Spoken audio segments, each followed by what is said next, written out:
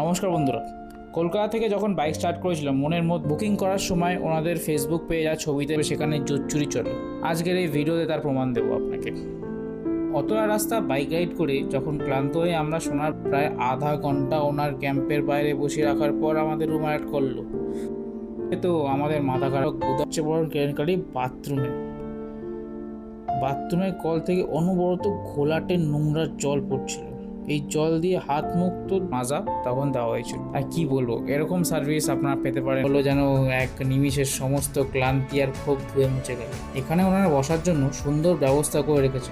খাটিয়া বা কাঠের এই বসার জায়গাটায় পিঠ ঠেকিয়ে যখন সামনের অন্তহীন নীল সমুদ্রের দিকে তাকাবেন আর সমুদ্রের নোনতা ঠান্ডা হাওয়া পাবেন, হাতে এক কাপ চা নিয়ে শুধু সমুদ্রের রূপ দেখে। একটা কথা বলে রাখি, সুরাপ্রেমী যারা আছে সুন্দর শ্যাক বানিয়ে রাখলে হয় না কাস্টমারদের জন্য।